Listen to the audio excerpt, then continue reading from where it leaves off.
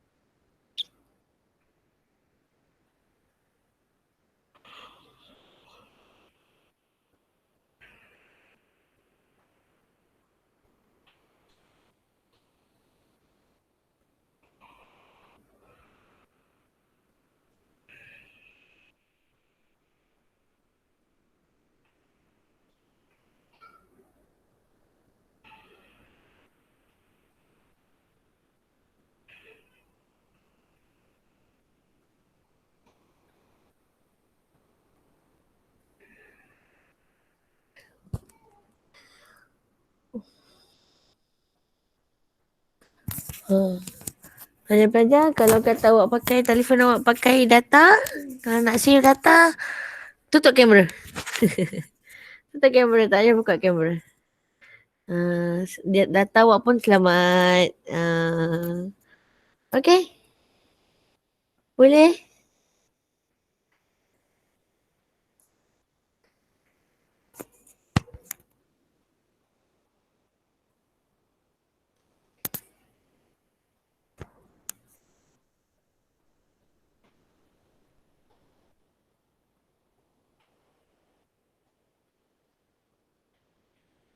Okey, baik. Siapa-siapa yang ada buku teks, boleh buka buku teks.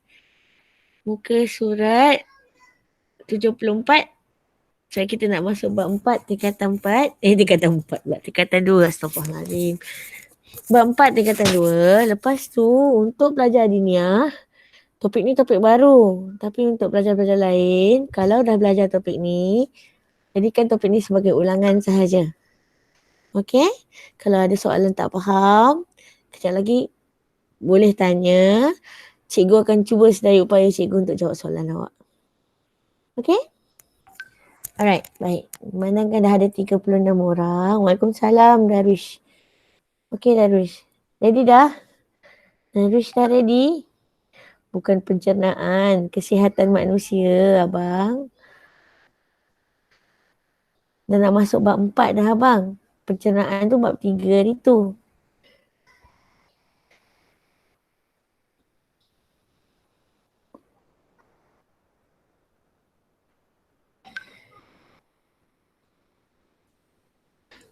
Okey? Boleh? Kalau boleh kita mula. Bismillahirrahmanirrahim. Alhamdulillah. Kita mulakan kelas. Baca masing-masing. Baca doa sendiri-sendiri Baca doa.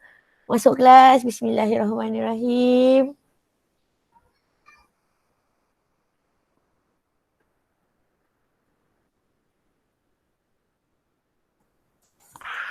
Okey, baik. Bismillahirrahmanirrahim. Assalamualaikum warahmatullahi wabarakatuh. Nama teacher Azlina binti Azri. Untuk ini, pengenalan ini adalah untuk belajar-belajar yang bukan daripada Adiniah Kampung Lalang.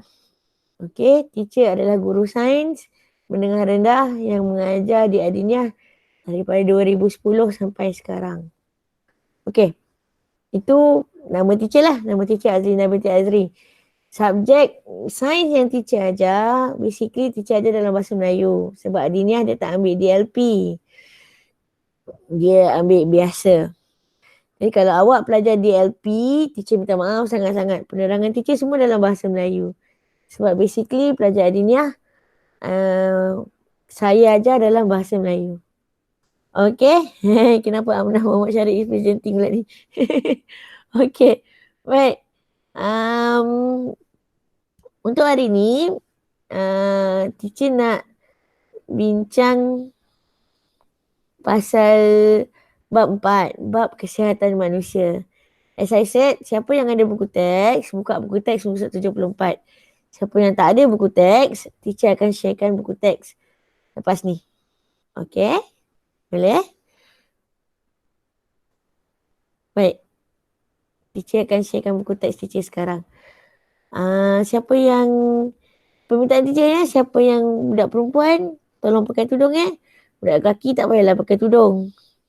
Kan jadi macam saudara kita ni, Cik Adib Semadi.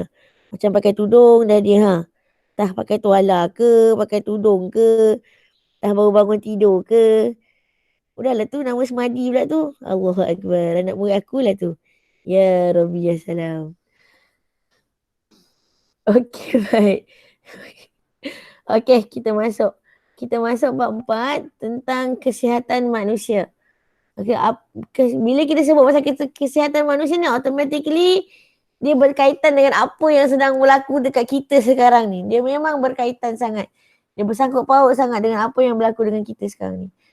COVID-19 adalah salah satu penyakit sebaran, penyakit berjangkit yang disebabkan oleh 3 cara sebaran. Selagi kita bincang. Tapi dalam bab ini memang kita akan kenal macam mana penyakit tu berjangkit, macam mana penyakit tu tak berjangkit. Macam mana penyakit berjangkit tu bersebar. Macam mana pula sistem pertahanan badan kita, especially kita punya sel darah putih, kita punya antibody, memusnahkan mikroorganisma yang masuk ke dalam badan sel. Dan kenapa COVID-19 ni badan kita ada yang boleh, ada yang sembuh dan ada yang tak sembuh. Okey, kita bincang sama-sama. Kalau sempat kita habis the whole chapter hari ni, kita habiskan the whole chapter. Kalau tak sempat, kita buat 2 kali sesi lah. Ya, budak Adiniah ya. 2 kali sesi lah untuk kawan-kawan adik-adik anak-anak lain. Kalau kata pihak PPD masih perlukan saya buat kelas untuk set kedua, kita jemput jugalah anak-anak yang lain untuk join sekali ya. Okey. Baik. Okey, dalam buku teks dia ada pengenalan tentang virus Zika. Pernah satu masa dahulu 2017-18 lebih kurang begitulah, kecoh satu dunia dengan virus Zika. Virus Zika ni datang daripada nyamuk Aedes. Jadi bila ada virus Zika ni, macam-macam benda berlaku. Awak dapat demam, awak dapat ruam, awak dapat sakit otot, sakit sendi. Dan juga yang paling serius adalah konjuktivitis. Lepas tu, lagi serius bila berlaku pada wanita hamil. Anak yang dilahirkan itu mungkin cacat sebab saiz kepala dia lebih kecil daripada bayi normal. Akibat virus Zika. Itu Zika punya virus. Okay. Alright. Okay. Ini sekadar pengenalan lah. Kita nak tengok betapa pentingnya, betapa pentingnya ilmu kita kena faham. Vektor tu apa, jangkitan tu macam mana, penyakit berjangkit tu macam mana, penyakit tak berjangkit tu macam mana. So kita kena ada understanding kita lah. Kita kena ada kefahaman kita yang luas. Ya.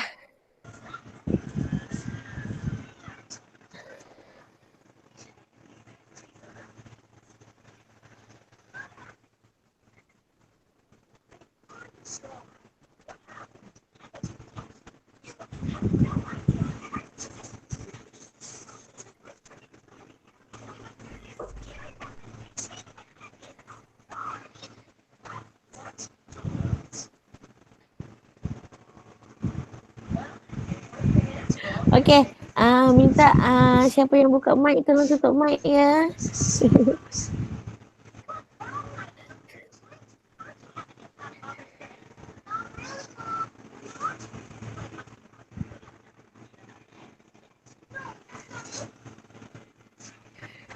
Okey, baik. Kita bab 41, kita ada dua jenis penyakit. Penyakit berjangkit dengan penyakit tidak berjangkit. Penyakit pada dasarnya, maksud dia adalah keadaan tidak normal pada badan atau minda yang menyebabkan ketidakselesaan, sukar berfungsi atau yang memberi tekanan kepada seseorang individu. Penyakit boleh dikelaskan kepada dua jenis. Penyakit berjangkit dengan penyakit tidak berjangkit. Okey. Penyakit, senang cerita. Penyakit, bila awak sakit, awak normal ke tak? Awak tak normal. Bila awak tak normal, otak awak boleh function betul tak? Otak awak tak boleh function. Kalau awak ada dalam kelas, kalau kata awak demam, confirm awak asyik nak letak kepala atas meja, mata layu, badan gigil. Jadi awak nak berfungsi pun tidak mampu. Kan? Bila awak tak mampu berfungsi, bayangkan awak dekat belakang baring, cikgu kat depan. Mesti cikgu tu dah bebel. Kenapa budak ni? Kenapa? Sedangkan awak tu tak sihat sebenarnya. Setuju? Okey. Sebab tu bila kita sakit, apa kena buat? Salah satu benda kena maklum pada cikgu. Saya sakit cikgu, tak boleh nak belajar. Itu favourite budak Adiniah lah tu. Bila dia sakit, dia akan kata dengan cikgu, tak larat cikgu. Okay, cikgu pun akan cakap, okey kawan-kawan, pergi hantar dia balik sakit biar dia rehat. Lepas tu awak yang tak sakit datang balik kelas. Dia terlepas kelas. Okey, selingan sikit. Okey. Baik, penyakit ada dua jenis. Penyakit berjangkit dengan penyakit tidak berjangkit. Penyakit berjangkit, seperti dalam buku teks dinyatakan bahawa berlaku disebabkan oleh jangkitan daripada patogen, sama ada secara langsung atau melalui medium dan vektor. Penyakit berlaku disebabkan jangkitan patogen secara langsung atau melalui medium dan vektor. Penyakit yang boleh penyakit berjangkit ni dia boleh berpindah daripada satu individu kepada individu yang lain. Macam COVID-19 sekarang ni lah. Jadi contoh yang dia bagi dalam buku teks ini memang contoh memang biasa. Memang selamanya ada. Memang selamanya ada, ya Allah. Memang ini penyakit-penyakit berjangkit yang ada dalam dunia. Antaranya TB, tuberkulosis, sesama, kurap, panau, kencing tikus, demam denggi, demam malaria dan demam Zika. Okey. Lepas tu kita ada penyakit tidak berjangkit. Penyakit tidak berjangkit ni disebabkan oleh faktor genetik ataupun gaya hidup. Contoh dia, kanser, hipertensi, diabetes, asma dan kardiovaskular. Penyakit ini tidak boleh dipindahkan daripada seorang individu kepada individu yang lain. Tetapi penyakit ini, contoh dia diabetes, dia boleh jadi penyakit keturunan. Kalau dalam family awak ada sejarah yang ada penyakit diabetes lain, dia ada penyakit berketurunan. Okey? Berketurunan tau, dia bukan berjangkit, dia berketurunan. Tapi kalau katakan mak bapak awak ada penyakit itu, tetapi awak menjalankan aktiviti kehidupan yang lebih cergas, yang lebih baik, yang lebih sempurna, yang makan seimbang, yang exercise cukup, tidur cukup, tidak stres, tidak apa, insyaAllah peratusan awak nak kena penyakit berketurunan itu akan berkurangan. Sebab dia ada kena mengena juga dengan lifestyle kita, dengan gaya hidup kita. Cara pemakanan kita, apa yang kita makan, apa yang kita buat, aktif ke tidak kita, lain-lain lah. Okey? Penerangan ekstra. Okey. Bagaimanakah penyakit berjangkit disebarkan? Penyakit berjangkit disebarkan oleh patogen, iaitu organisma yang menyebabkan penyakit. Contoh dia, semua virus, setengah bakteria, protozoa, kulat dan cacing. Semua-semua tu adalah patogen. Okey. Macam katalah kakak dalam ni. Saya perlu memakai penutup hidung dan mulut. Jika tidak, orang lain akan dijangkiti selsema. So kakak sebelah ni pula kata, bagaimanakah penyakit berjangkit seperti selsema boleh dicegah? Jeng jeng jeng. Okey. Penyakit berjangkit disebabkan oleh patogen yang dipindahkan daripada hos kepada mangsa yang lain melalui vektor dan medium seperti air, udara dan sentuhan. Mangsa ialah hos yang lemah dan mudah dijangkiti. Setelah dijangkiti, hos akan menunjukkan gejala yang tertentu. Okey, tengok sini. Info sains. Dia dah kata kat situ. Tidak semua mikroorganisma merupakan patogen. Ada bakteria yang bertindak pada sisa makanan dalam usus besar dan menghasilkan vitamin K serta vitamin B12 yang boleh digunakan oleh badan. Okey, saya ada video. Saya nak tunjuk ke awak saat. Nanti ya, kejap ya. Alamak. Alah, kau nak kena keluar balik lah ni. Alai. Kan betul? Kena keluar balik. Okey, ada video sekejap ya. Video ini awak boleh tengok dekat YouTube pun boleh. Dia bawa learning pod. Learning interactive pod. Ya Allah. Dia bawa learning pod interaktif. Video dia sangat mudah difahami. Saya akan tunjuk satu-satu ya. Kita tengok dulu penyakit berjangkit punya video.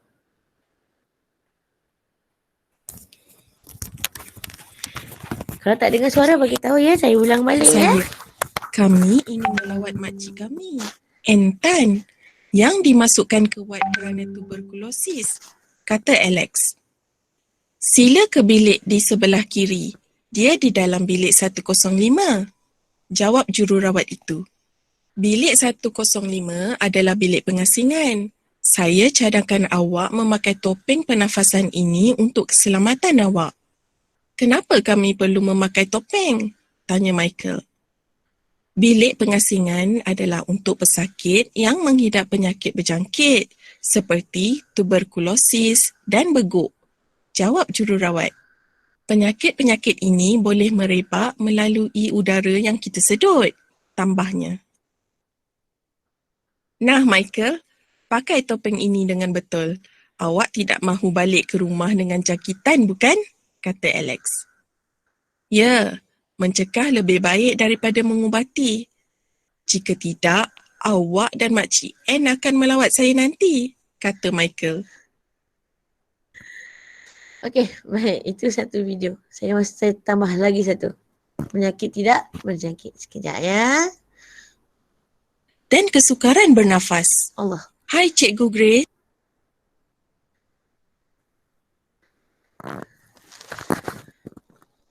Lana melawat gurunya yang dimasukkan ke hospital.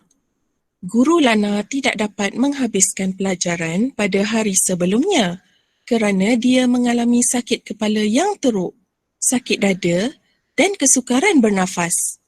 Hai Cikgu Grace, bagaimana keadaan cikgu hari ini? Tanya Lana. Terima kasih kerana datang.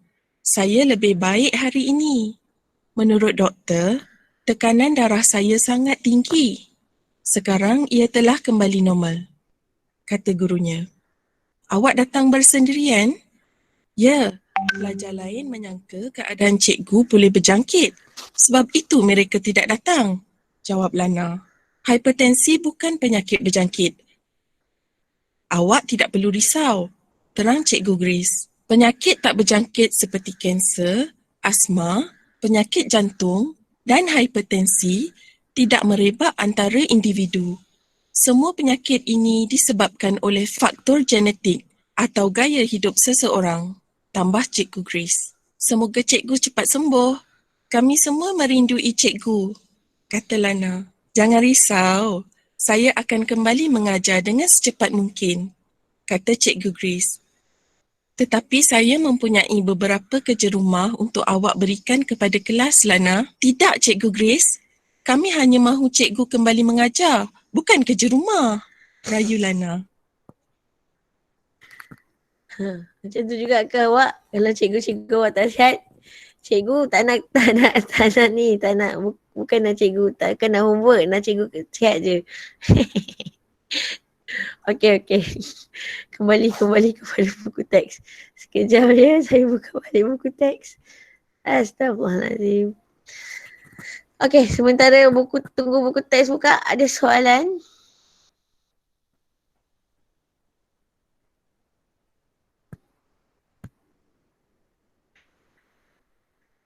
Alamak, tak dengar sangat. Semua tak dengar ke tadi? Intan dengan Wafiq memang tak dengar sangat-sangat ke? Kuat dah tadi tu.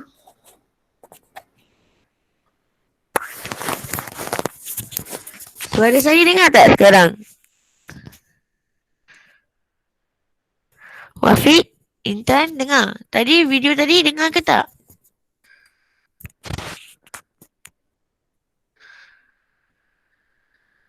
Alhamdulillah. Terima kasih. Okey, sementara tunggu buku teks buka balik. Ada apa-apa nak tanya saya?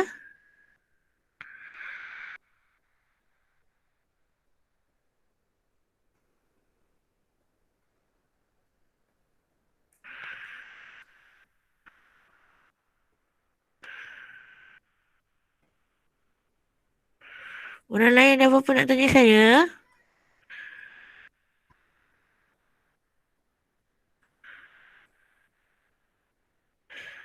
Tanya. Ada peluang tanya. Nanti bila lagi nak tanya kan? Ada peluang tanya dulu. Tanya waktu penerangan sedang dijalankan. Senang.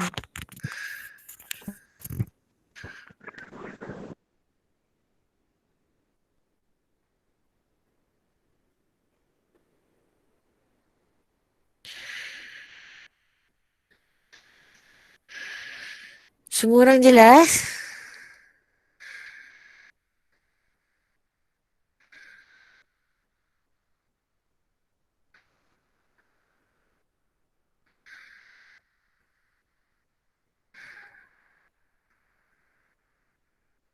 Oh, okey, Alhamdulillah.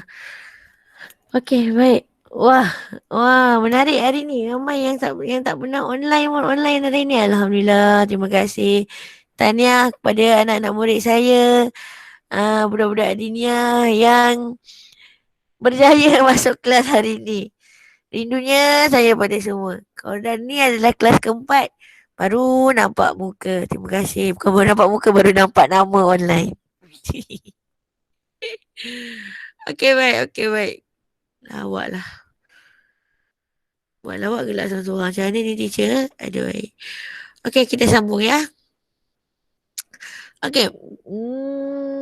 Saya dah kata tadi, pathogen boleh dipindahkan daripada seorang host kepada host yang lain melalui medium seperti air, udara dan sentuhan. Okey?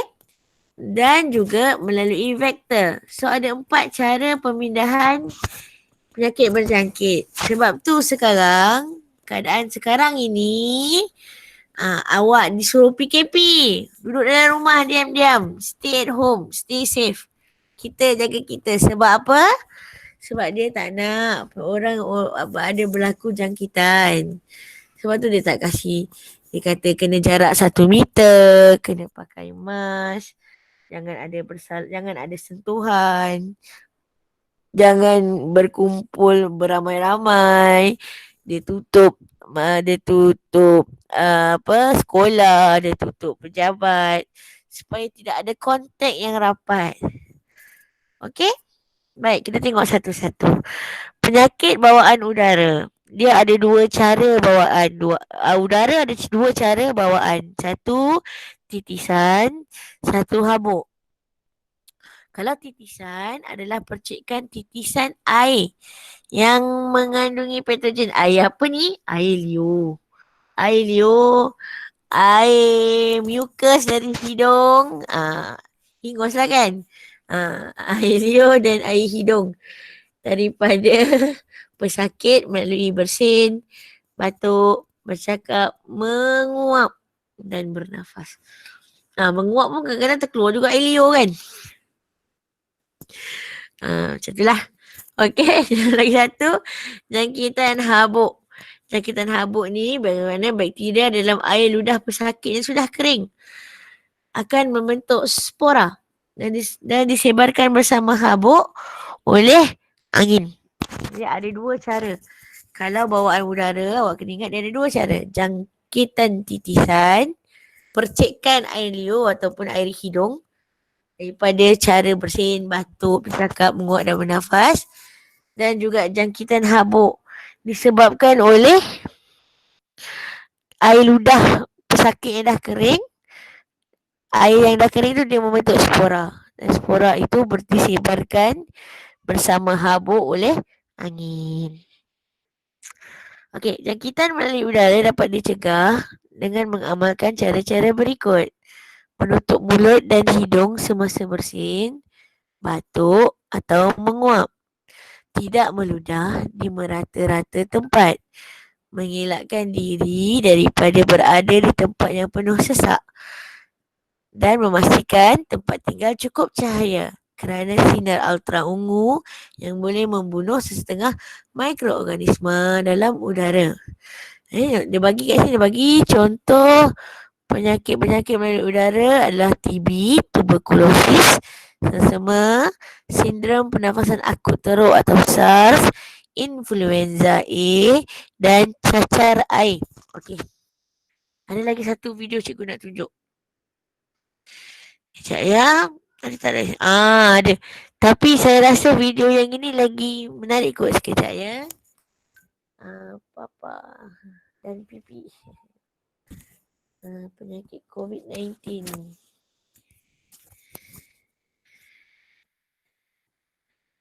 Mana COVID-19 ni?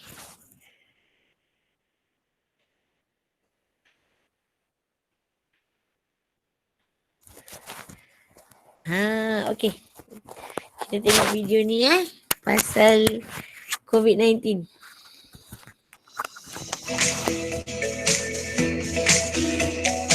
Hari ini, kebenaran nak ajar anak-anak muda apa itu COVID-19. Dan kenapa kita tak boleh keluar berjalan-jalan. COVID-19 ni adalah virus yang boleh membuatkan kita sakit. Jahatnya dia.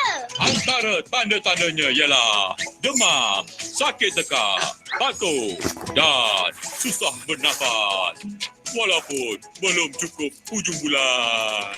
Untuk elakkan dari terkena virus ni, kita kenalah selalu basuh tangan dengan sabun. Dan kita perlu elakkan dari pergi berjalan-jalan.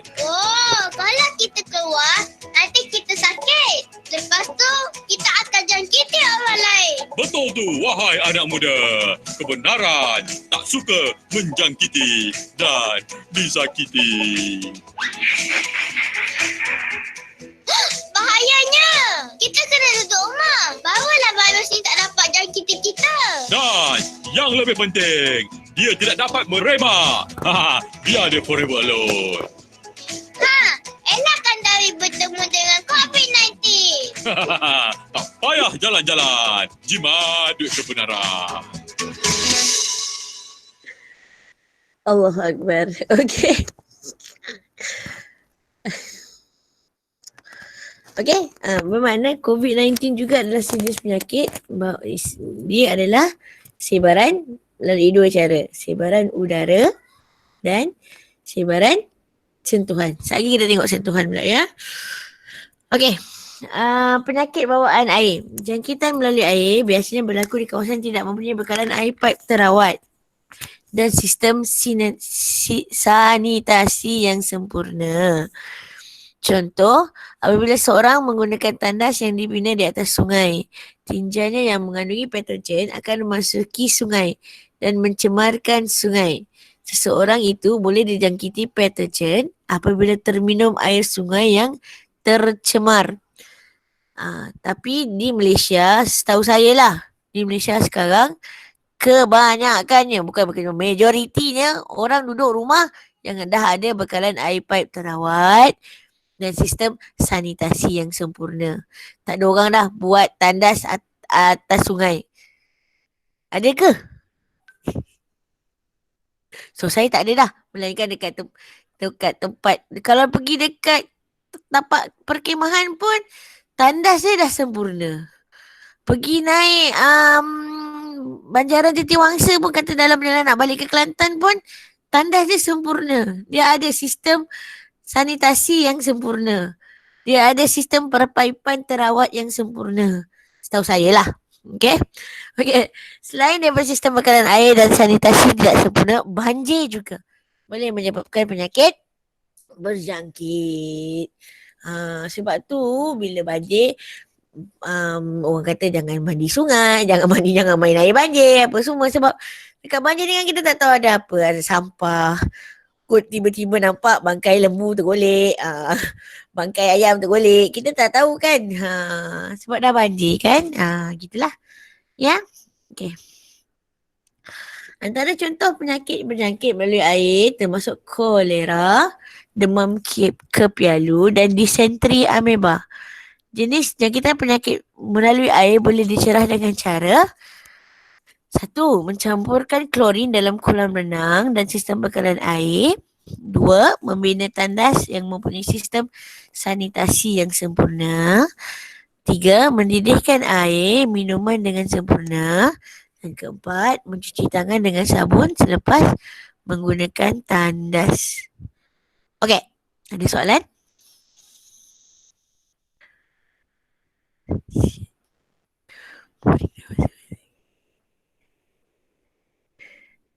Ada soalan nak tanya saya?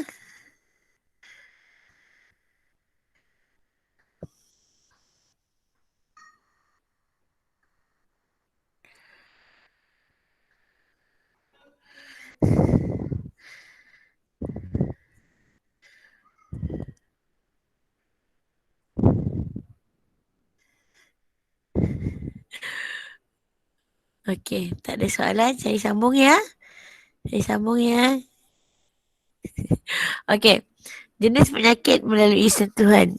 2 jenis penyakit melalui sentuhan yang paling terkenal di kalangan pelajar-pelajar asrama biasanya adalah kurap dan panau. Kedua-dua disebabkan oleh kulat.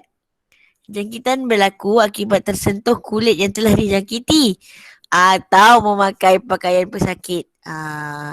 Macam mana boleh terpakai, teacher? Dah tu bajunya semua sama. Baju belah tak ada nama. Ataupun nak jadi cerita, alah baju aku basah lah, baju kawan aku kering. Kau pakai baju dia lah. Dia tak tahu kawan tu pernah berkurap badan dia tu.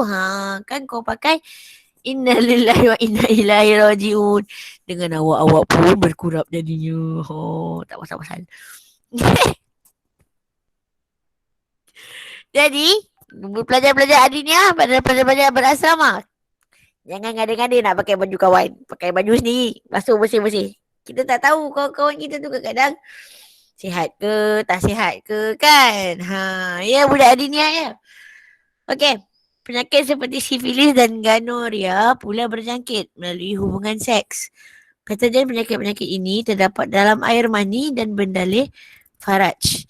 Selain itu, virus HIV yang menyebabkan AIDS boleh merebak melalui hubungan seks, darah dan perkongsian jarum suntikan dalam kalangan pesakit dan penagih dadah.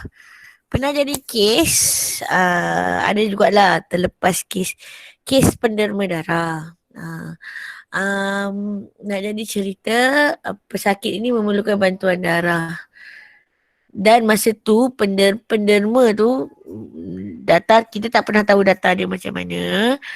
Dia ni mungkin ada jangkitan. Darah yang didermakan tu diberi kepada pesakit A ini. Maka pesakit A ini secara tiba-tiba mendapat HIV dan AIDS. Dia tak pernah isap dadah. Dia tak pernah buat hubungan seks liar. Dia tak pernah perkongsian jarum. Tapi disebabkan oleh pertukaran darah. Proses pertukaran darah. Boleh jadi juga mungkin keadaan kes, polis dengan penagih darah dah luka. Polis tu pula terluka. Lubang luka dia pun kontak dengan darah daripada penagih dadah tu pun boleh juga menyebabkan polis tu terkena jangkitan HIV. Jadi apa saja kerja, apa saja tindakan kita, apa saja pun kita kena lebih berhati-hati. Sama jugalah sebab tu buat masa sekarang ni kita punya frontliner tu memanglah tak sukalah kena duduk dalam rumah ni. Kita kena respect juga, kena hormat jugalah mereka kan. Sebab mereka menjalankan tugas mereka. Jadi kita perlu jalankan tugas kita, kita duduk rumah dia. Banyak lagi benda kat rumah dia boleh buat. Boleh kemah rumah, boleh kemah dapur, boleh tolong mak tanam siram pokok bunga, cucuk tanam. Macam-macam lagi keliling rumah boleh buat. Okay? Boleh? Boleh? Ni panau ya. Panau ni biasanya dia berlaku bila muka awak terlampau berpeluh atau badan awak berpeluh, awak turun mandi. Dia akan berpanau. Namun begitu dia juga berjangkit.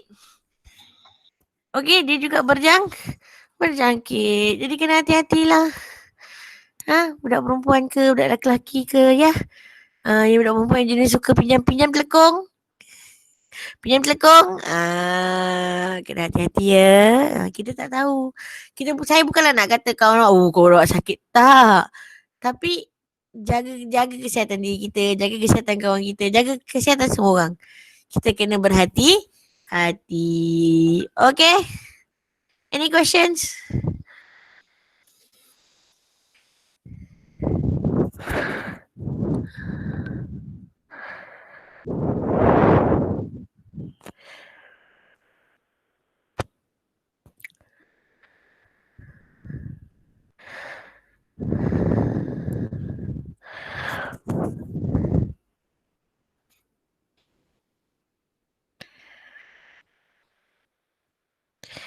Okey, kalau tak ada soalan saya sambung ya. Bismillah, sikit lagi. Sikit lagi nak habis 4.1. Okey? Last adalah penyakit jangkitan vektor. Siapa tadi tu? Astaghfirullahalazim. Penyakit kenapa selsema biasa tak ada vaksin? Kenapa selsema biasa tak ada vaksin?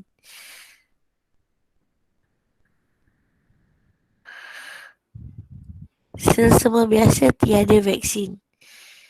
Macam mana nak cakap selsema biasa. Dia selsema biasa, dia banyak punca tau sebenarnya. Tak apa, nanti bagi saya habis penerangan. Nanti saya cari maklumat dia. Saya tanya adik saya yang doktor, kenapa selsema biasa tak ada vaksin. Nanti saya terang balik ke awak. Ina Zaidi ni budak diniah ke budak luar ni? Asalnya budak diniah ni kan Ina Zaidi ni kan? Nanti saya share dalam grup WhatsApp. Ataupun dalam grup Google Classroom ni. Tak boleh join. Takut dia punya internet slow tu. Kerana tu sebab tak boleh join. Maisara tak boleh join. Saya dah bagi link dah tadi. Tak boleh join juga.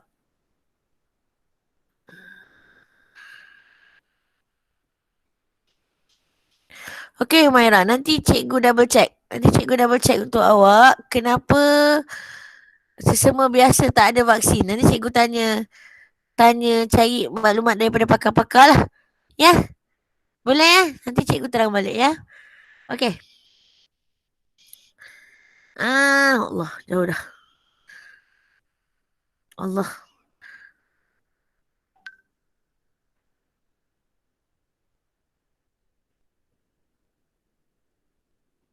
Okey. Baik. Seterusnya. Okey, penyakit jangkitan vektor. Setengah patogen menggunakan haiwan untuk memindahkan daripada satu hos kepada hos yang baru. Haiwan yang memindahkan patogen ini dikenali sebagai vektor. Okey, tengok Vektor. Contoh vektor. Vektor ni haiwan yang membawa penyakit. Lipas, lalat, nyamuk Aedes. Nyamuk Aedes ada dua. Dua jenis patogen yang dia boleh bawa. Nyamuk Anopheles dan tikus. Lipas dia bawa Salmonella. Lalat pun dia bawa Salmonella. Aedes dia bawa denggi dengan Zika. Anopheles dia bawa Plasmodium malaria. Malaria lah tu. Tikus dia bawa kencing tikus atau Leptospira. Okey, ini adalah haiwan-haiwan yang merupakan vektor yang membawa penyakit. Apa yang tak jelas, Haris?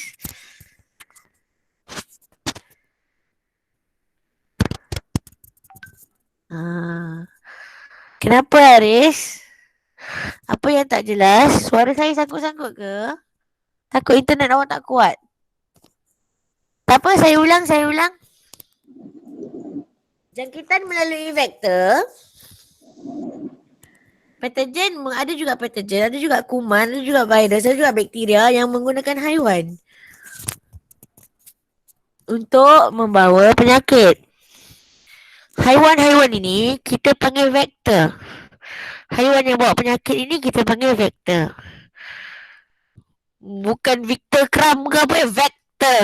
Saat lagi kan ada pula lah, ada terkenang kartun apa kan. Jadi boleh lain pula kan. Vektor. Okey? Jadi macam penyakit Salmonella pula. Salmonella, dua haiwan yang bawa dia, lipas dengan lalat. Untuk Aedes pula dia mampu bawa dua jenis virus. Nyamuk Aedes dia mampu bawa denggi dengan Zika. Manakala nyamuk Anopheles dia bawa Plasmodium malaria. Dia bawa malaria. Last sekali tikus. Dia bawa kencing tikus ataupun bakteria Leptospira. Salmonella adalah virus. Denggi dan Zika adalah virus. Malaria adalah virus. Manakala Leptospira adalah bakteria. Okey? Okey, kat sini tengok. Betul tak saya kata dia virus? Betul. Denggi dengan Zika dia virus. Okey, tengok Malaria. Menggigil, jenis ni jadual menunjukkan penyakit, gejala, patogen dia, vektor dia, cara jangkitan dia. Okey? Malaria, kita menggigil, demam dan berpeluh. Patogen dia adalah Plasmodium malaria. Dia dibawa oleh nyamuk Anopheles betina. Cara jangkitan dia gigitan nyamuk. Kolera, cirit-birit dan muntah-muntah. Kolera ini salah satunya bahasa kita mana nak cakap kadang-kadang kita panggil benda yang bukan dia, tapi kita panggil dia keracunan makanan. Dia dibawa oleh bakteria Vibrio cholera. Vektor dia lalat. Dia cara jangkitan dia daripada makanan dan air yang tercemar. Denggi dan Zika, keadaan dia adalah lebih kurang sama. Sakit sendi, demam, sakit kepala, mata berair. Tengok kalau Zika pula, demam, ruam, sakit sendi dan konjuktivitis, sakit mata. Kedua-duanya adalah virus. Kedua-duanya dibawa oleh nyamuk Aedes. Kedua-duanya cara jangkitannya melalui gigitan nyamuk. Kita juga ada kepialu, demam kepialu. Demam, usus berdarah dan ruam-ruam merah. Bakteria Salmonella typhi dibawa oleh lipas dan lalat, juga oleh daripada makanan tercemar, makanan dan air tercemar. Last but not least, leptospirosis.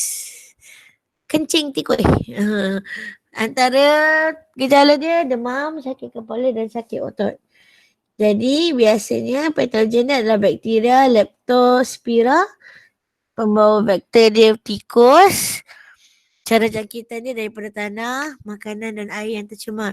Sebab tu sebelum kita kena PKP dulu, ada maklumat yang diterima daripada pejabat kesihatan dekat dari mana saya tak ingat, tapi dalam kawasan Perak lah.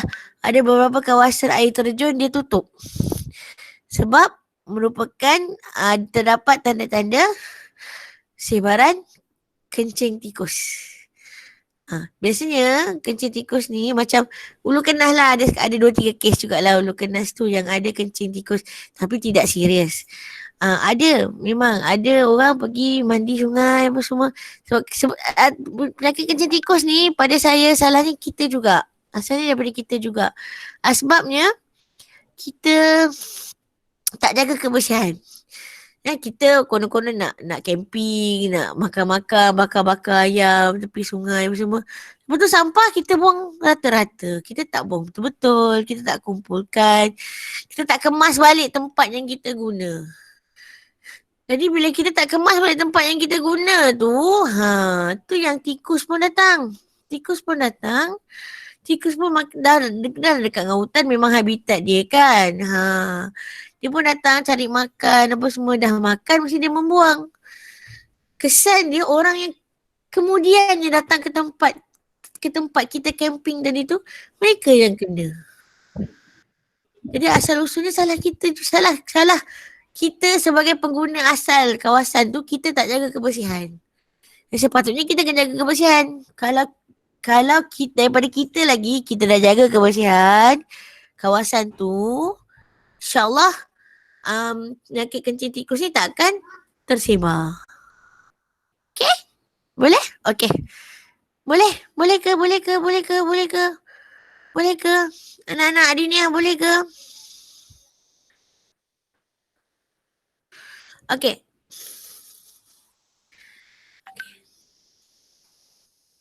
Okay, terima kasih. Kalau boleh tak apa. Nak tanya. Okay. Irfan nak tanya apa?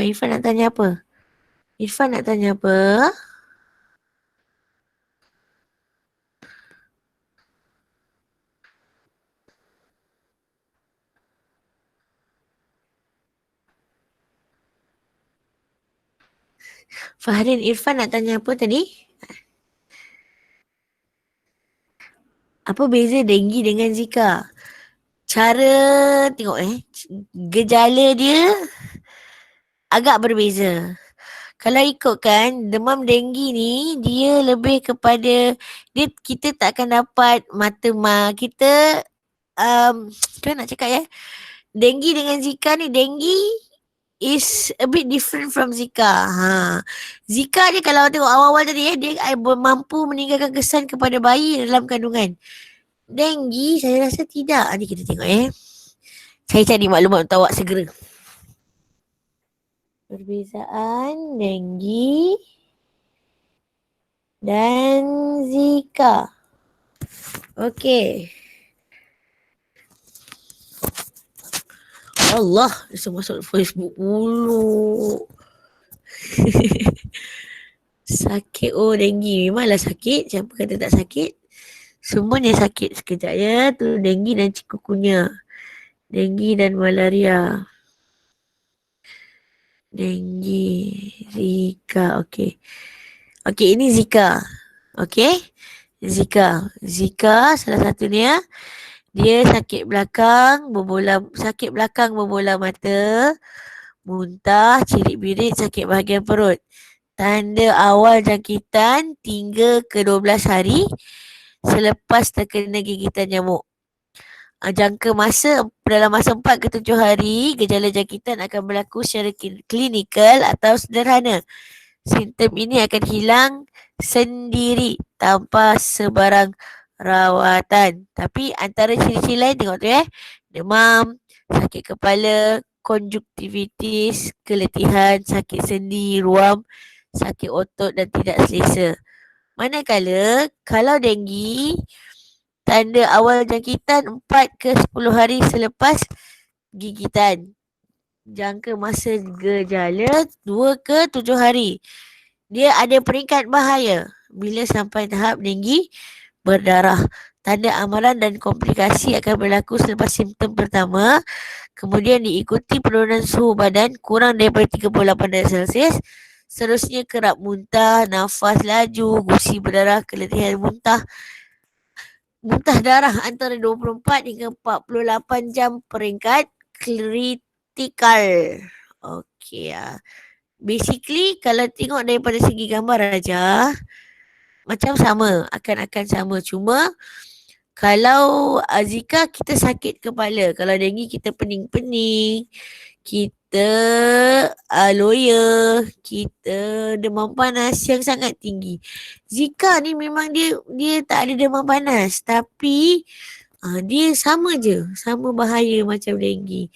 Beza dia itulah, dengue ni ada tahap dengue berdarah. Okey? Boleh? Oh, tengok tu. Dia tunjuk. Kalau Zika tahap demam dia 2.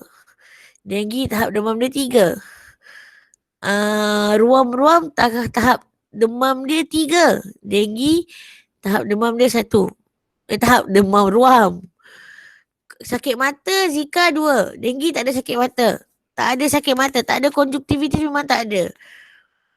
Yang ni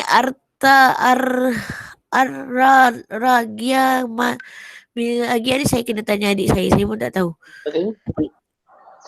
Ya. Ada soalan? Apa tu? Zika boleh bawa maut ke? Zika boleh bawa maut kalau tidak dirawat, ya. Boleh Nasir. Mana-mana penyakit pun kalau tidak dirawat boleh bawa maut sebenarnya. Boleh bawa maut sebenarnya. Mana-mana penyakit pun yang tidak dirawat. Walaupun Zika tidak sebahaya dengue. Sebenarnya kita tahu kalau dengue dia kata, tadi kan dia kata dengue mampu kalau tahap dengue berdarah tu dia boleh menyebabkan kemaut. Zika juga boleh sebenarnya. Dan Zika dia akan mengganggu dan dia akan menyebabkan anak dalam kandungan tu cacat. Ya, dua-dua bahaya. Betul lah adik. Dua-dua bahaya. Dua-dua bahaya. Lah, dah jawab. Lepas tu adik lah meeting pula. Sabar je lah aku. Okey? Boleh? Dua-dua bahaya. Betul. Kenapa Zack? Mati dah. Sadaqallahul azim. Okey. Betul. Tengok tu. Betul kata ni. Kalau sesama biasa, demam biasa kau tak rawat pun boleh bawa maut juga. Semua betul. Tak ada penyakit yang tidak dirawat, confirm. Confirm boleh bawa maut. Apa saja penyakit. Betul, kata admin PPD pun, moderator kata pun betul.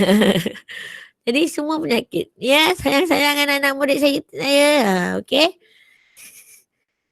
Boleh kalau tidak dirawat. Awak jangan main-main Darwish. Boleh kalau tidak dirawat. Boleh sampai tahap maut. Awak jangan main-main. Jadi kalau awak semua tu, janganlah tak makan ubat. Janganlah tak ambil vitamin C. Kena makan, kena ambil. Udah jauh dah ni. Okey, kita sambung. Dah berlalut dah ni. Mari kita sambung. Bagaimanakah vektor menyebabkan penyakit?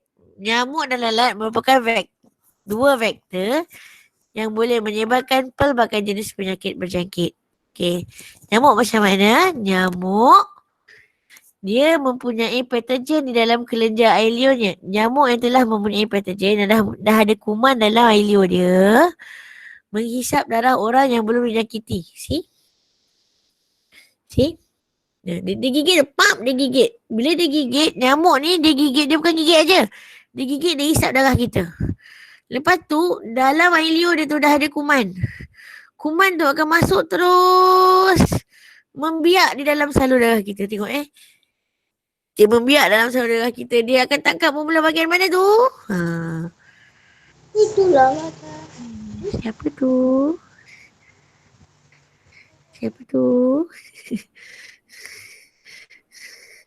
Okey.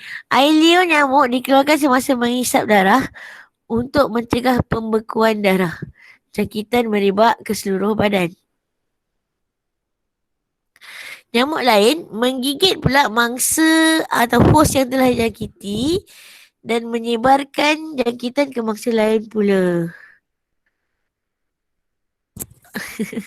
Sekejap Apa tadi? Kuman kat nyamuk tu efek kat kita je ke? Tak efek kat dia. Ha, kuman tu efek dekat orang yang kena hisap lepas tu. Dekat nyamuk tak ada apa-apa efek. Nyamuk tu yang bawa kuman. Kuman tu dalam air liur dia. Kuman tu gigit pula kita. Kuman tu gigit pula kita. Nyamuk gigit kita, kuman dalam liur dia tu masuk dalam badan kita. Lepas tu nak jadi cerita pula, dah lah kita kena gigit, kita dah ada kuman, contoh kita dah ada dah ada Aedes. Datang pula nyamuk lain gigit pula kita. Lepas tu dia gigit pula mak kita. Dah mak kita pun ada Aedes.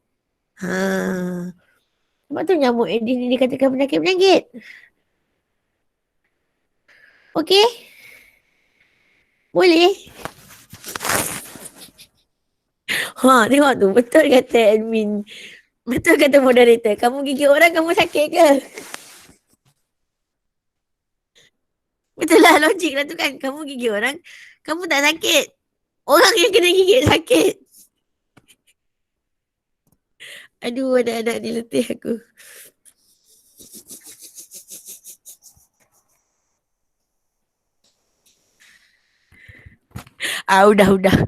Udah Adinia. Jaga perangai. Bebel sudah Wahidah nanti.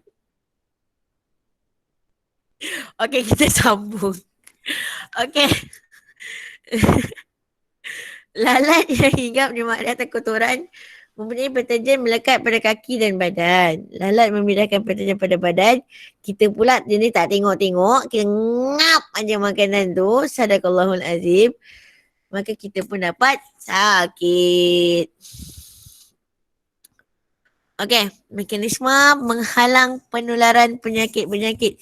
Sikit lagi anak-anak. 4.1 sikit je lagi. Sikit je lagi. Lepas tu boleh bagi homework. Boleh bagi projek. Apa dia Afiq? Berjangkit lah Fadha Aisyah. Kalau tak berjangkit macam mana? Berjangkit. Benda-benda yang saya sebut ni semua berjangkit. Demam denggi, demam zika, COVID-19. Semua berjangkit.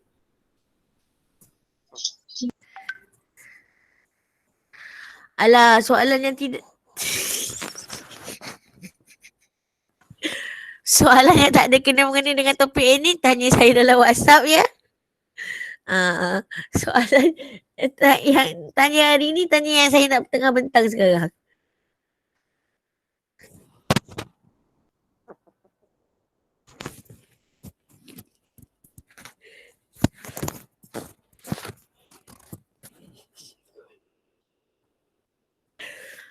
Allahu Akbar. Ya, Afiq Hakimi nak tanya apa?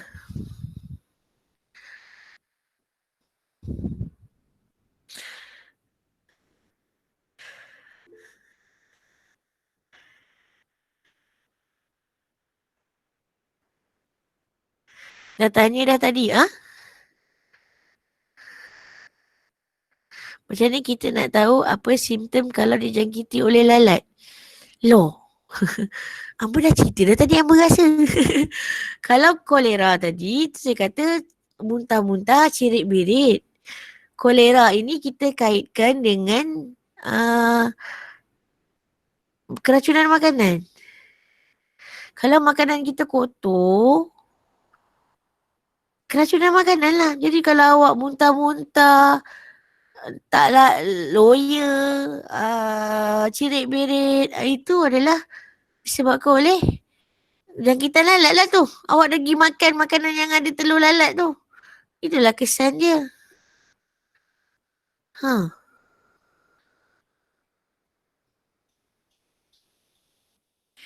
Kolera dengan taun. Okey. Mari kita cari.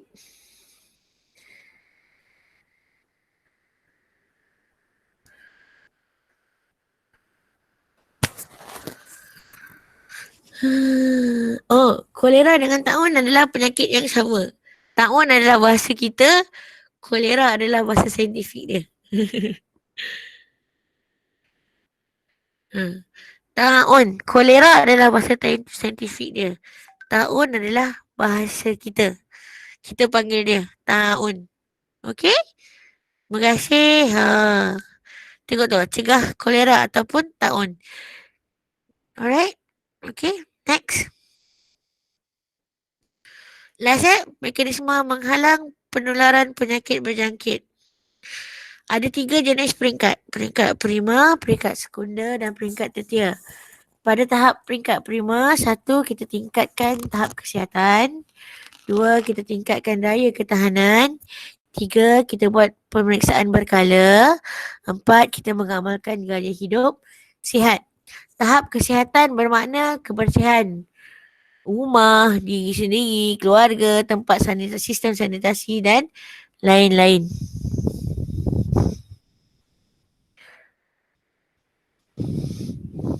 Uish. Sat. Wah. Bagilah saya habis explanation dulu. Lepas ni saya jawab satu-satu nah. Satu-satu nah. Okey. Boleh nah? Okey. Peringkat premier seterusnya meningkatkan daya tahan badan. Ambil vaksin, imunisasi. Sebab tu baby-baby daripada dia umur 1 bulan sampai dia umur tingkatan 5. Baby ya. Kena ambil imunisasi. Kena ambil injection. Kena injection. Tak kira lah kau takut ke kau tak takut ke dengan misi tu yang datang kat sekolah dinia tu. Kau kena ambil juga injection tu. Baby pun kena ambil. Dah tua bangka baby pun kena ambil juga.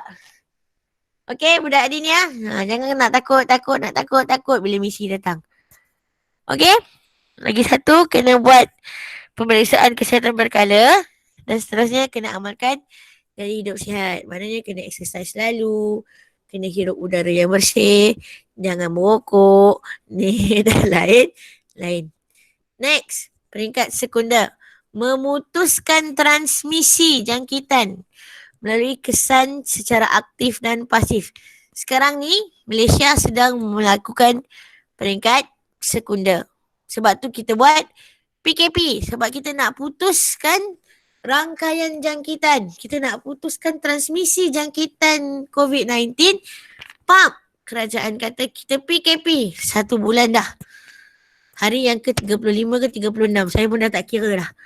Okey? Sebab tu kita ada PKP. Maknanya orang yang sakit kita dah bagi rawatan awal. Orang yang tak sakit kita kena duduk dalam rumah diam-diam. Jangan pergi mana-mana. Kecuali ketua keluarga saja kalau nak pergi beli barang. Ataupun ketua keluarga yang kena bekerja sebab dia bekerja dalam industri yang wajib kerja. Okey, peringkat ketiga. Dia mengawal populasi vektor. Dia melindungi host. Bila mengawal populasi vektor tu awak perasan tak? Masa ada kes yang dekat dia kata Seri Petaling tu.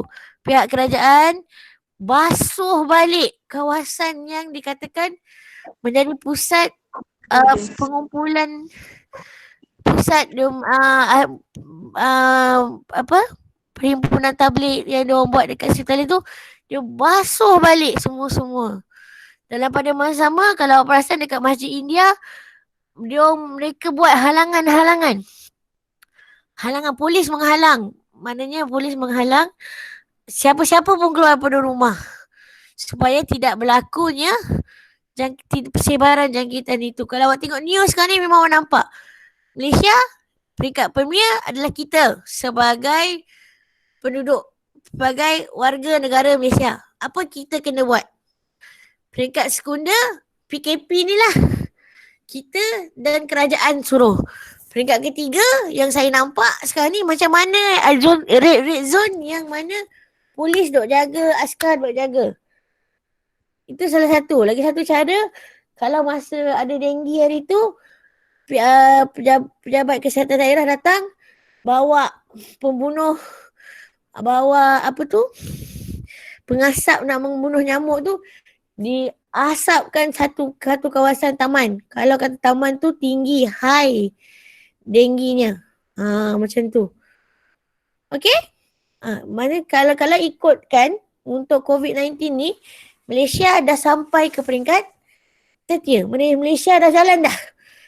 Sampai ke peringkat tertier. Compare, berbeza dengan negara-negara lain yang semakin lama semakin tinggi. Contoh paling senang saya nampak Amerika lah. Kadar kematian, kadar jangkitan dia semakin tinggi. Sebab mereka tak buat apa yang negara kita buat. Malaysia awal-awal lagi, masa kita masih rendah lagi jangkitan, dia dah tutup. Dia dah naik, dia dah mulakan peringkat sekunder dia. Dan dia dah mulakan peringkat tertier dia. Okey. Jadi itu sebenarnya yang kita nampak. Lepas tu macam di Kuala Kangsar sendiri pihak pejabat polis daerah Kuala Kangsar sendiri pun cukup tegas. Terutama untuk runner-runner biasa. Oh, kalau awak perasan saya tak tahu lah, mak bapak awak mungkinlah perasan kot. Runner-runner biasa perlu dapat kebenaran daripada ketua polis. Pejabat daerah, ketua polis daerah Kuala dulu, baru mereka boleh jadi runner. Kalau tak, mereka akan ditahan. Akan disoal siasat di pejabat polis daerah Kuala Kangsar. Itu yang kalau kita nampak sekarang ni, daerah Kuala sendiri hijau. Tak ada dah. Tak ada jangkitan baru untuk COVID-19. Jadi kena sama-sama lah sepatutnya. Kalau dah polis kata, kerajaan kata jangan keluar, duduk dalam rumah diam-diam, duduk dalam rumah diam-diam. Jangan kata-kata nak naik motor lah, nak jalan malam-malam lah, nak ambil hirup udara segar lah. Malam lagi senang orang nak tangkap. Acap Noah tu budak Adiniah ni. Dia jalan malam-malam, dia tangkap gambar dalam Instagram. Dapat pula saya follow. Dah saya nampak kan, ku report dengan abang-abang polis kan. Tak pasal-pasal kena tangkap kan. Tak naklah sebut nama kan. Okey. Udah mengarut dah kita. Tapi apa yang berlaku sekarang di Malaysia, itulah antara mekanisme menghalang penularan penyakit berjangkit. Malaysia sedang buat. Dan Malaysia dah buat ketiga-tiga. Jadi kita kena main peranan. Peringkat premier kita pun kena buat. Kita kena buat. Selagi belum ada vaksin untuk COVID-19, kita kena buat peringkat pertama, peringkat tahap kesihatan dan peringkat mengamalkan gaya hidup sihat. Okey? Dan dua hari lagi nak puasa. Jangan pula masa puasa asyik nak tidur, terbongkang tidur aja. Janganlah macam tu. Time puasa ni lah kot nak jadi lebih sihat. Sepatutnya. Okay? Alright. Okay, budak Adiniah dah pukul 11 suku. Okay, saya nak tengok soalan. Tadi ada orang tanya pasal salmonella. Lepas tu ada orang tanya pasal demam denggi ada berkaitan dengan orang sakit mengandung tak? Confuse kejap.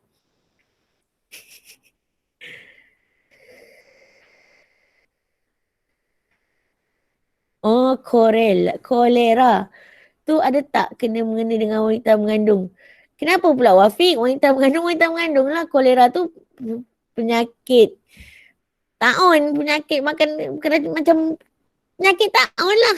Kita kena keracunan makanan, perut rasa nak muntah-muntah, cerit-berit. Kenapa pula kena mengena dengan, awak nak relatekan wanita yang mabuk mengandung morning sickness tu dengan taun gitu?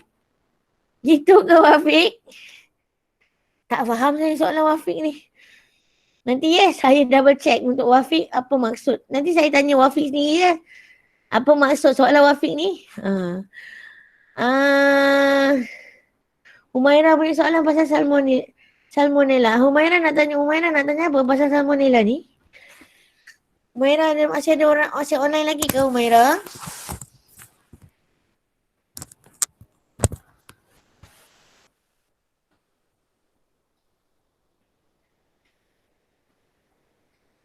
Tahu. Awak nak tanya apa pasal salmonella? Memanglah awak dah tanya. Tapi awak nak tahu nak tanya apa lagi? Ulang balik soalan. Soalan dah ke atas. Tak nampak dah soalan.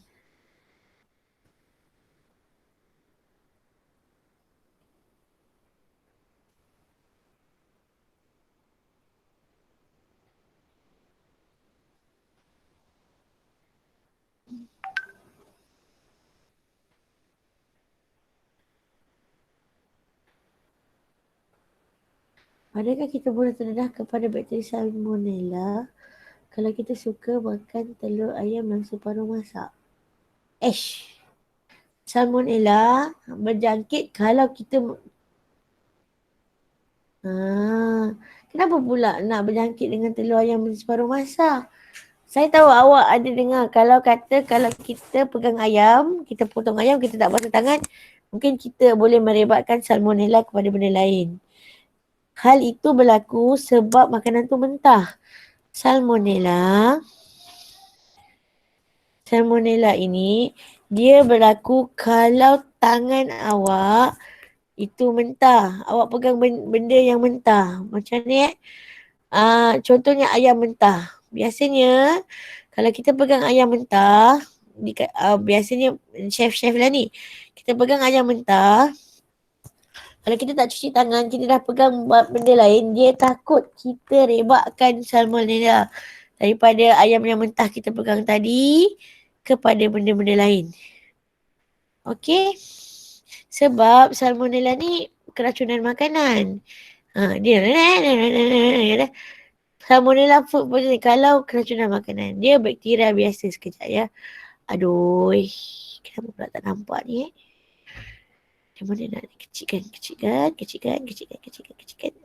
Okey. Tu ada kata kat sini. Salmonella ini biasanya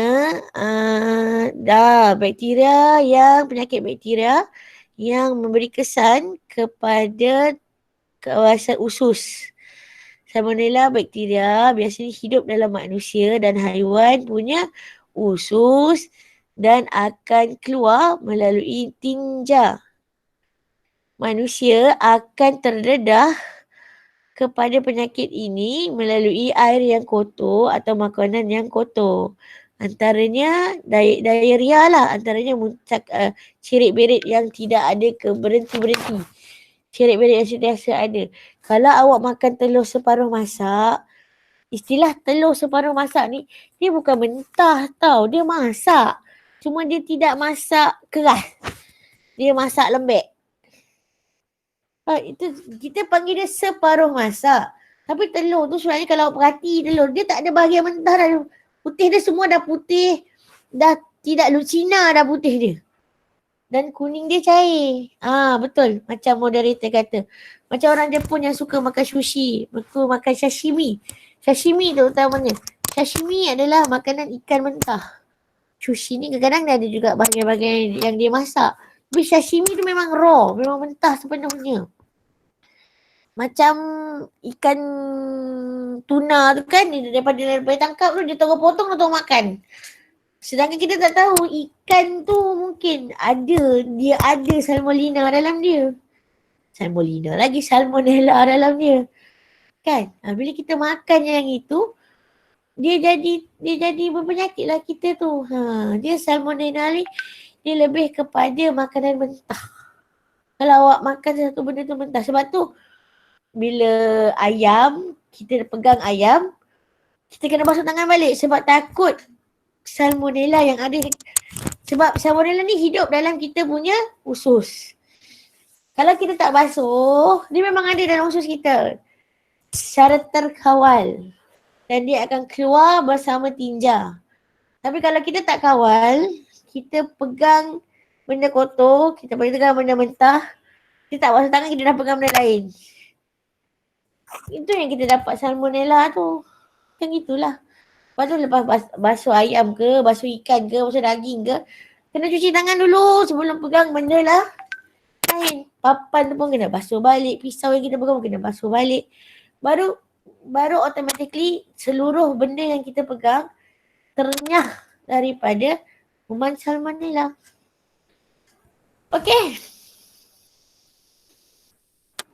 Boleh? Jelas? Okay. Baik. Okay. Alright.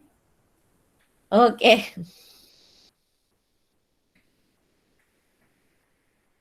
Alright. Alhamdulillah. Okay, fine. Baik. Sekarang ni macam ni. Pelajar hari ni nanti saya akan buka link dalam GC. Saya nak awak lengkapkan latihan formatif 4.1. Saya nak awak lengkapkan latihan formatif 4.1 ni.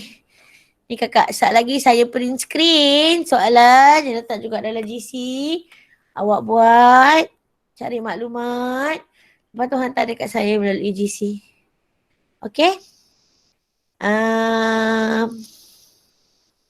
Ada rezeki, saya akan sambung masa bulan puasa nantilah.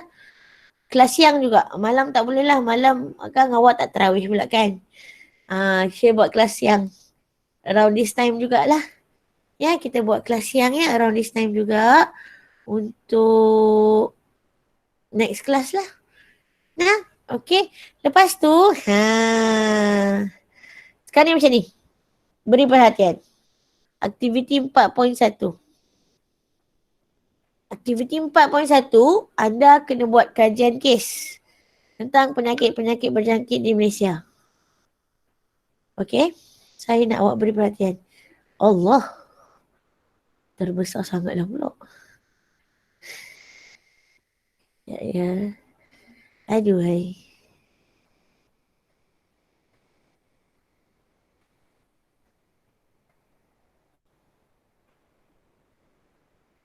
Sini. Ni. Aktiviti 4.1. Soalan dia kata, jalankan aktiviti ini secara berkumpulan.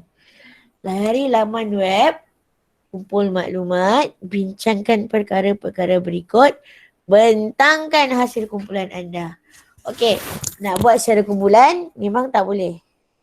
Sebab awak semua jauh-jauh. Tak ada yang duduk dekat. Setuju? Jadi, saya nak awak buat kajian begini.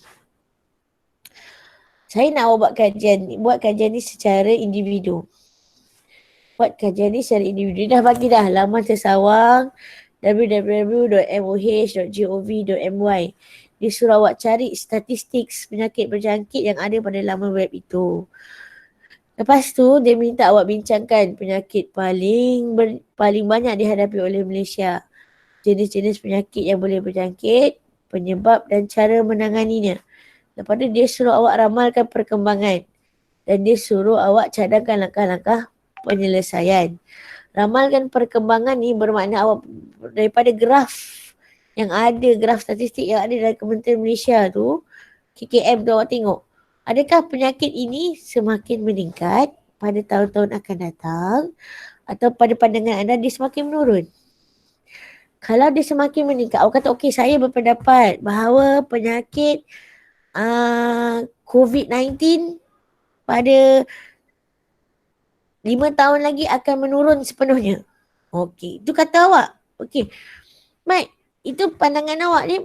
Apa cadangan awak? Sebelum kita nak capai penurunan sepenuhnya penyakit COVID-19 ni, macam mana awak nak menyelesaikan langkah-langkah itu? Cakaplah, kita teruskan satu, menjaga kebersihan. Kita amalkan langkah-langkah kebersihan, cuci tangan, jarak 1 meter, pakai mask, teruskan duduk di rumah, jaga kesihatan, jaga gini-gini. Itu pandangan awak. Itu pandangan awak. Okey? Saya nak awak buat secara individu. Buat cari maklumat semua. Cara pembentangan tu yang penting sebenarnya. Maklumat tu awak nak tulis, nak hantar dekat GC dengan Google Docs pun boleh. Kalau awak nak hantar dengan Google Slide pun boleh. Kalau awak nak guna Google Excel pun boleh. Boleh. Tapi cara pembentangan tu yang penting. Saya nak awak buat video macam hari tu. Kalau sebelum ni, video yang awak buat tu awak letak lagu lah, letak gambar lah. Saya tak nak. Saya nak video awak bercakap. Ya, awak kena bentang. Saya nak awak bercakap, buat video pendek lebih kurang 2 minit 2.5 minutes paling lama. Video bercakap. Kena nampak muka ke? Sebaiknya nampak muka lah. Boleh saya tahu siapa. Kalau tak boleh buat nampak muka, dengar suara, kena perkenalkan diri betul-betul lah. Okey? Dan video yang terbaik, saya akan masukkan dalam YouTube. Dan saya akan bagi hadiah buka sekolah nanti. Budak Adiniah, video yang terbaik, saya akan bagi hadiah buka sekolah nanti. Satu, dia masuk dalam YouTube lah video dia tu. Pembentangan tentang kajian kes penyakit di Malaysia. Ikutlah kalau dia nak pakai, kalau dia ada white coat ke, nak jadi macam profesor ke, nak tunjuk ke, terpulang pada dia. Your choice, buat aktiviti tu.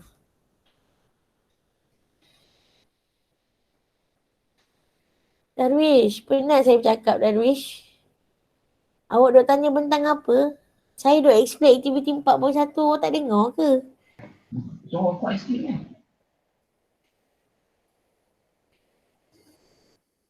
Allah Akbar.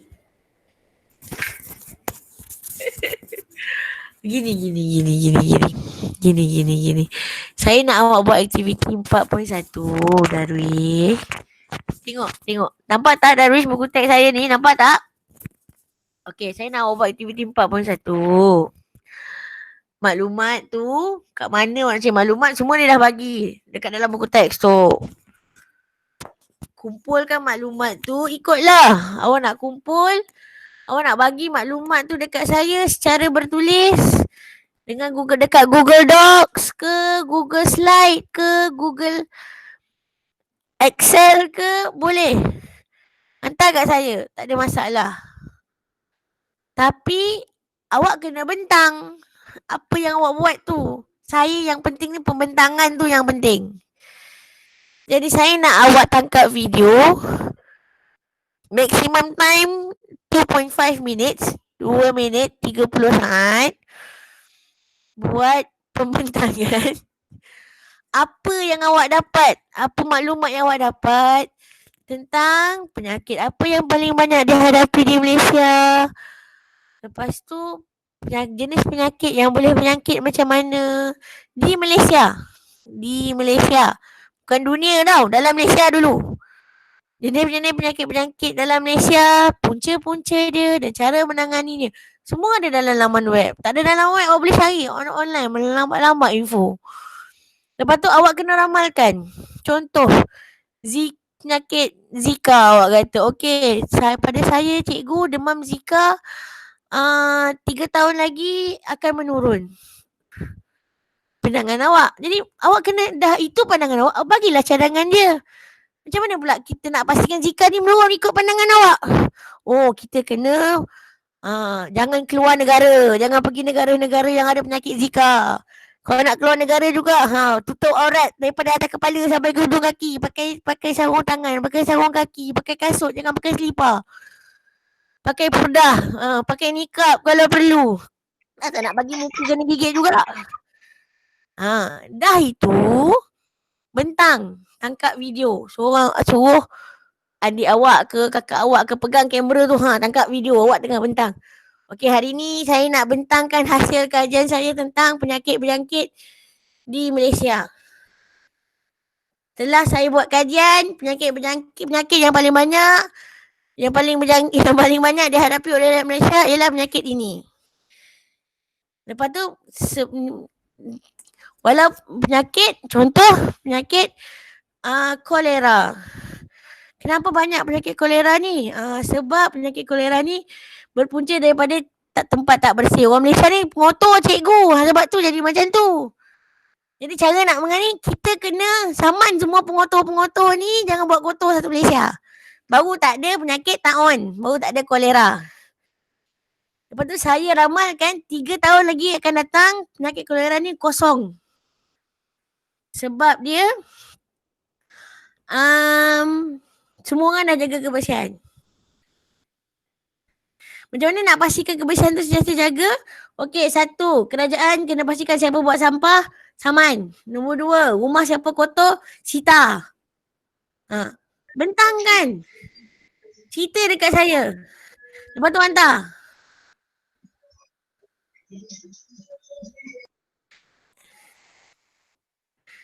Boleh?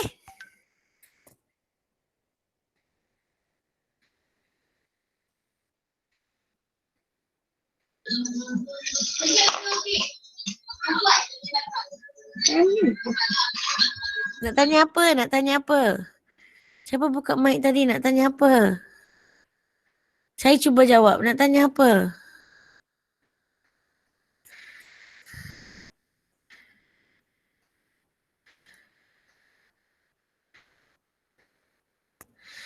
Ya, kena ada suara awak sendiri. Kena tunjuk muka awak kalau boleh. Nak contoh nanti saya tunjuk contoh dalam grup. Itu Hatim ada bagi contoh kat saya. Nanti saya tunjuk contoh video Hatim.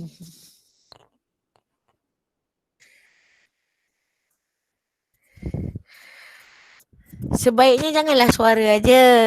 Tunjuklah muka sekali. Ya, 2.5 max.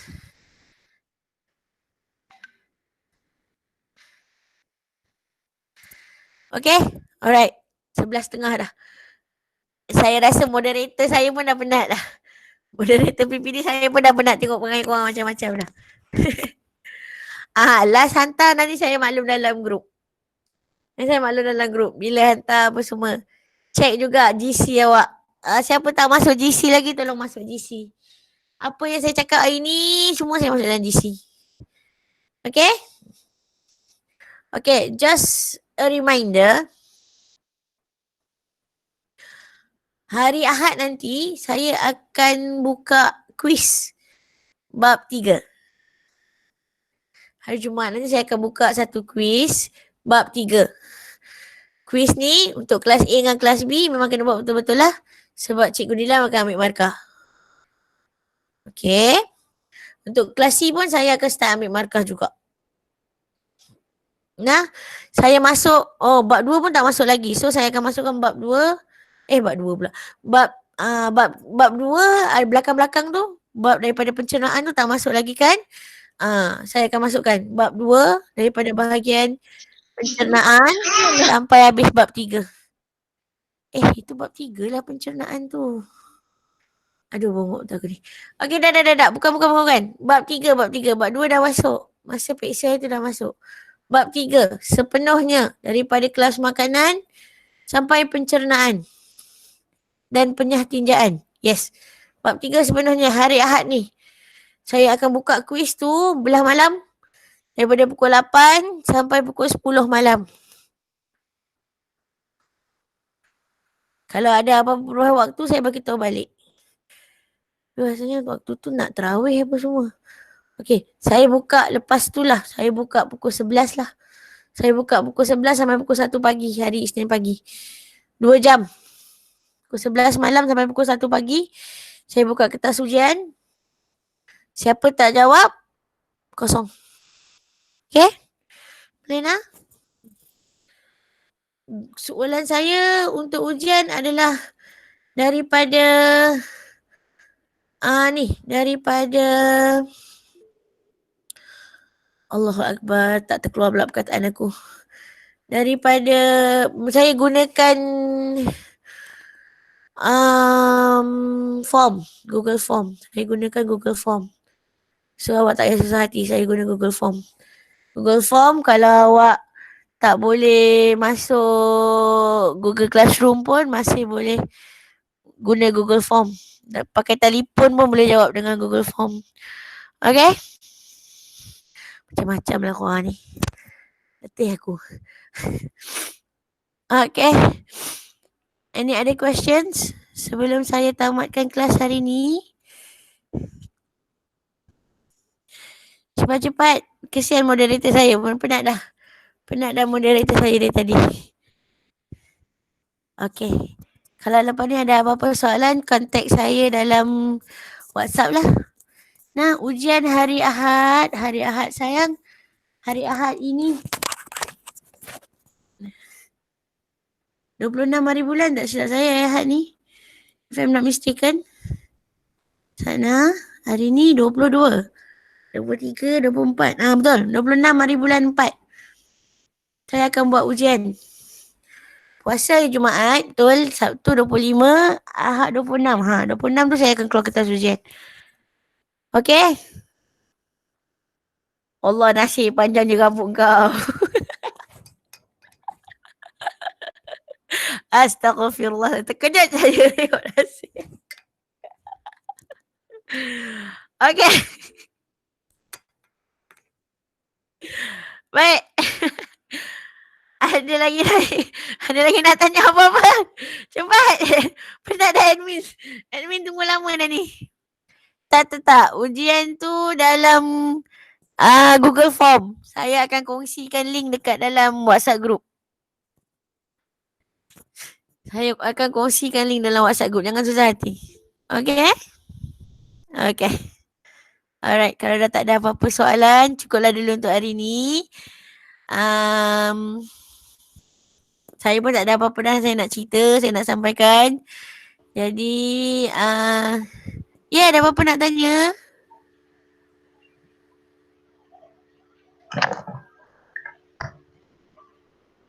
Ada apa-apa nak tanya? Okay, kalau tak ada apa-apa, kita sudahi kelas kita dengan zikir kifarah dan surah Wal-As. Bismillahirrahmanirrahim. Wal-As.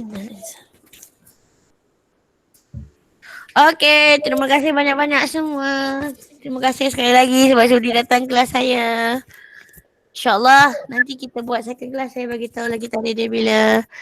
Terima kasih sekali lagi. Maaf kalau ada tersalah kata, tersilap bahasa.